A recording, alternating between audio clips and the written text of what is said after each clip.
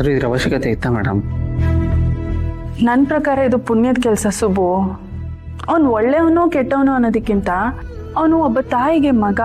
ಅವನ ಹೆತ್ತ ತಾಯಿ ಬಗ್ಗೆ ಅವನಿಗೆ ತಿಳ್ಕೊಳ್ಳೋ ಹಕ್ಕಿದೆ. ಅದರಲ್ಲೂ ನಮಗೆ ವಿಷಯ ಗೊತ್ತಾದ ಮೇಲೂ ನಾವು ಹೇಳಿಲ್ಲ ಅಂದರೆ ಅದು ತಪ್ಪಾಗುತ್ತೆ. ಅವ್ರ ಅಮ್ಮನ ಬಗ್ಗೆ ಅವನಿಗೆ ಗೊತ್ತಾದರೆ ಅವನಿಗೆ ಸ್ವಲ್ಪ ಸಮಾಧಾನ ಆದರೂ ಆಗ್ಬೋದು. ಅಲ್ಲ ಹೌದು, ಆದರೂ ಈಗ ಅವ್ರಿರೋ ಪರಿಸ್ಥಿತಿಯಲ್ಲಿ. ಹೋಗ್ಲಿ ಬಿಡು ಸುಬ್ಬು, ಪರಿಸ್ಥಿತಿಗಳು ಬದಲಾಗ್ತಾನೆ ಇರುತ್ತೆ. ಪರಿಸ್ಥಿತಿ ಬದಲಾಗ್ತಿದ್ದ ಹಾಗೆ ಮನುಷ್ಯರು ಬದಲಾಗ್ತಾರೆ. ಮನುಷ್ಯರು ಬದಲಾಗ್ಲಿಲ್ಲ ಅಂದ್ರೂ ಪರಿಸ್ಥಿತಿ ಅವ್ರನ್ನ ಬದಲು ಮಾಡಿಬಿಡುತ್ತೆ.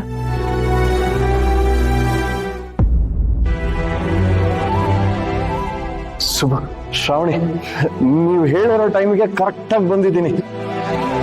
ನನ್ನ ತಾಯಿ ಯಾರು ಅಂತ ನೋಡ್ಬೋದಾ? ನನ್ನ ಹೆತ್ತ ತಾಯಿ ಯಾರು ಅಂತ ತಿಳ್ಕೊಬೋದಾ? ನಾನು ರಾತ್ರಿ ಎಲ್ಲ ನಿದ್ದೆನೆ ಮಾಡಿಲ್ಲ. ನನ್ನ ಹೆತ್ತ ದೇವತೆ ನನ್ನ ಕಣ್ಣು ಮುಂದೆ ಬರೋ ಟೈಮ್ಗೋಸ್ಕರ ಕಾಯ್ತಿದ್ದೀನಿ. ಖಂಡಿತ ಆ ಟೈಮ್ ಬಂದಿದೆ ಮದನ್. ಆದ್ರೆ ಏನು? ಆದರೆ ಒಂದು ಕಂಡೀಷನ್ ಇದೆ ಮದನ್. ನೀನು ನಿಮ್ಮ ತಾಯಿನ ನೋಡಿದ ತಕ್ಷಣ ಎಮೋಷ್ನಲ್ ಬ್ರೇಕ್ ಡೌನ್ ಆಗಬಹುದು. ನೀನು ಹೇಗೆ ರಿಯಾಕ್ಟ್ ಮಾಡ್ತೀಯ ಅಂತ ನಮಗೆ ಗೊತ್ತಿಲ್ಲ. ಆದರೆ ಈಗ ನಾವು ಹಾಸ್ಪಿಟ್ಲು ವಾತಾವರಣನ ಹಾಳು ಮಾಡೋ ಹಾಗಿಲ್ಲ. ನೀನು ನಿಮ್ಮ ತಾಯಿ ಹತ್ರ ಹೋಗಾಗಿಲ್ಲ, ತಾಯಿನ ದೂರದಿಂದನೇ ನೋಡ್ಬೇಕಾಗತ್ತೆ. ಏನು ಹೇಳ್ತಿದ್ಯಾ? ನನ್ನ ತಾಯಿನ ಹತ್ರದಿಂದ ನೋಡಕ್ಕಾಗಲ್ವಾ? ಹೌದು ಮದನ್, ಹತ್ರದಿಂದ ನೋಡೋಂಗಿಲ್ಲ. ಇವಾಗ ನಿನಗೆ ಪ್ರಾಮಿಸ್ ಮಾಡ್ದಂಗೆ ತಾಯಿನ ತೋರಿಸ್ತಾ ಇದೀವಿ ತಾನೇ. ಆಯ್ತು, ಮೊದಲು ನಾನು ಅವ್ರನ್ನ ನೋಡ್ಬೇಕು. ಬಾ.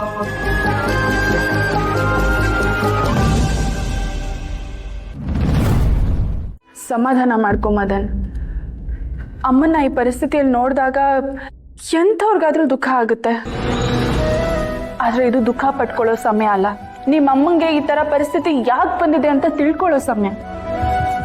ಡಾಕ್ಟ್ರು ಬರ್ತಾರೆ, ಡಾಕ್ಟರ್ ಹತ್ರ ಮಾತಾಡೋಣ. ಸ್ವಲ್ಪ ಸಮಾಧಾನ ಮಾಡ್ಕೊ ಪ್ಲೀಸ್.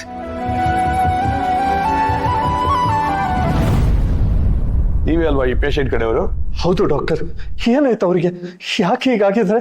ಅವ್ರಿಗೆ ಬುದ್ಧಿ ಭ್ರಮಣೆ ಆಗಿದೆ. ಸುಮಾರು 25-30 ವರ್ಷದಿಂದನೂ ಇದೇ ಪರಿಸ್ಥಿತಿಯಲ್ಲಿ ಅವ್ರು ಇಲ್ಲೇ ಇದ್ದಾರೆ.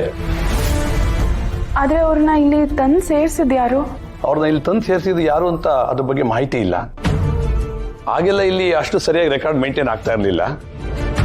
ಅವ್ರ ಥರನೇ ತುಂಬ ಜನ ಗೊತ್ತು ಗುರಿ ಇಲ್ದಿರೋರು ಇಲ್ಲಿದ್ದಾರೆ. ನಿಮಗೆ ಅವ್ರ ಬಗ್ಗೆ ಹೇಗೆ ಗೊತ್ತಾಯ್ತು? ಕೆಲವು ಪೊಲೀಸ್ ಇನ್ಫಾರ್ಮರ್ಸು ನನಗೆ ಇಲ್ಲಿದ್ದಾರೆ ಅಂತ ಹೇಳಿದ್ರು ಡಾಕ್ಟರ್. ಮೊದಲು ನಮಗೆ ಫೋಟೋ ಸಿಕ್ತು. ಫೋಟೋ ಇಟ್ಕೊಂಡು ವಿಚಾರಿಸಿದಾಗ ಅವ್ರು ಇಲ್ಲಿ ಅಡ್ಮಿಟ್ ಆಗಿದ್ದಾರೆ ಅಂತ ಗೊತ್ತಾಯ್ತು. ನಾನು ಆ ಪೇಷಂಟ್ ಜೊತೆ ಮಾತಾಡಿದ್ದೀನಿ, ಆಕೆನ ಅಬ್ಸರ್ವ್ ಮಾಡಿದ್ದೀನಿ. ಅದರಿಂದ ನನಗೆ ಗೊತ್ತಾಗಿದ್ದು ಆಕೆದು ಒಂದು ಸುಂದರವಾದ ಕುಟುಂಬ.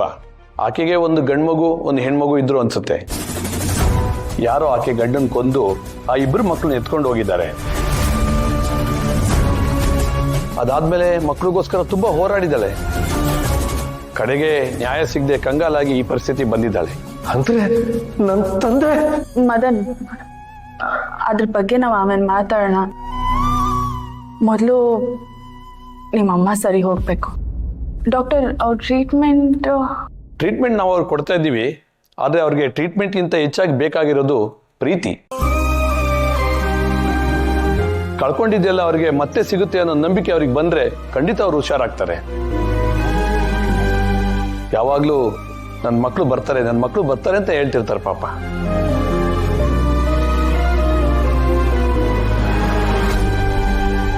ಅಂದ್ರೆ ನನ್ನ ತಾಯಿ ಇಂಥ ಪರಿಸ್ಥಿತಿಗೆ ಬರೋದಕ್ಕೆ ಕಾರಣ ವಿಜಯಾಂಬಿಕಾ. ಅವಳನ್ನು ಸುಮ್ಮನೆ ಬಿಡಲ್ಲ. ಅದನ್ನೆಲ್ಲ ಇವಾಗ ಮಾತಾಡೋದು ಬೇಡ, ನಾವು ಹೊರಡೋಣ ಬಾ. ಇಲ್ಲ, ನಾನು ಒಬ್ಬನೇ ಇಲ್ಲಿಂದ ಹೋಗಲ್ಲ. ಡಾಕ್ಟರ್, ನನ್ನ ತಾಯಿನ ನಾನು ಕರ್ಕೊಂಡು ಹೋಗ್ಬೋದಾ? ಅದೆಲ್ಲ ಸಾಧ್ಯ ಇಲ್ಲ ಅನ್ಸುತ್ತೆ ಸರ್. ಸೊಸೈಟಿಯಿಂದ ತುಂಬಾ ವರ್ಷಗಳು ದೂರ ಇದ್ದಾರೆ ಅವರು. ಅವ್ರನ್ನ ಯಾರಾದ್ರೂ ತುಂಬಾ ಕಾಳಜಿಯಿಂದ ನೋಡ್ಕೊಳ್ಬೇಕು. ಅವ್ರಿಗೆ ತುಂಬಾ ಹತ್ತದವ್ರು ಯಾರಾದ್ರೂ ಇದ್ರೆ ಮಾತ್ರ ಅವ್ರನ್ನ ಕರ್ಕೊಂಡು ಹೋಗ್ಬೋದು. ನನಗಿಂತ ಹತ್ತಿರದವ್ರು ಬೇರೆ ಯಾರು ಇರಕ್ ಸಾಧ್ಯ? ಅಂದ್ರೆ ಇವ್ರವ್ರ ಮಗ. ಓ, ಫೈನಲಿ ಅವ್ರ ಆಸೆ ಪಟ್ಟಾಗೆ ಅವ್ರ ಮಗ ಬಂದ್ಬಿಟ್ಟ. ಡಾಕ್ಟರ್, ನಾನು ಅವ್ರನ್ನ ಕರ್ಕೊಂಡು ಹೋಗ್ತೀನಿ, ಆದ್ರೆ ಈಗಲ್ಲ. ಒಂದಷ್ಟು ದಿನ ಕಳೀತಿದ್ದ ಹಾಗೆ ನಾನು ಇಲ್ಲಿಂದ ಅವ್ರನ್ನ ಕರ್ಕೊಂಡು ಹೋಗ್ತೀನಿ.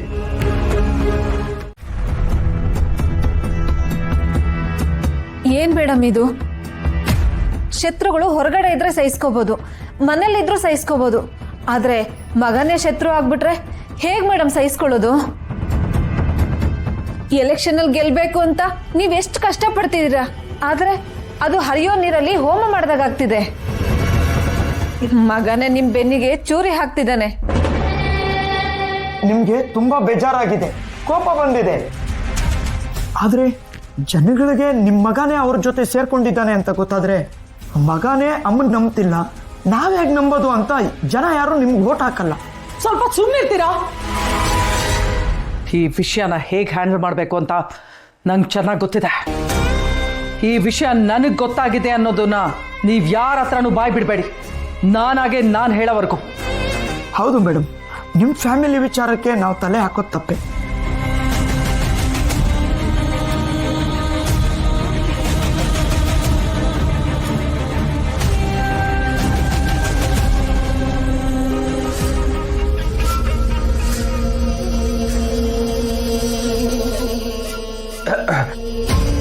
ಮಾಮ್, ಎಲೆಕ್ಷನ್ ಅಲ್ಲಿ ಖಂಡಿತ ನೀನೇ ಗೆಲ್ತೀಯ. ಇವತ್ತು ಎಷ್ಟು ಕಡೆ ಪ್ರಚಾರ ಮಾಡಿದೆ ಅಂತ ಗೊತ್ತಾ ಮಾಮ್? ಎಲ್ಲೇ ಹೋದ್ರೂ ನಿನ್ನ ಹಾಡಿ ಹೊಗಳ್ತಾ ಇದ್ದಾರೆ. ನಿನ್ನಷ್ಟು ಚೆನ್ನಾಗಿ ರಾಜಕೀಯ ಮಾಡೋದಕ್ಕೆ ಯಾರ ಕೈಯಲ್ಲೂ ಸಾಧ್ಯ ಆಗಲ್ಲ ಅಂತ ಎಲ್ರೂ ಹೇಳ್ತಿದ್ದಾರೆ.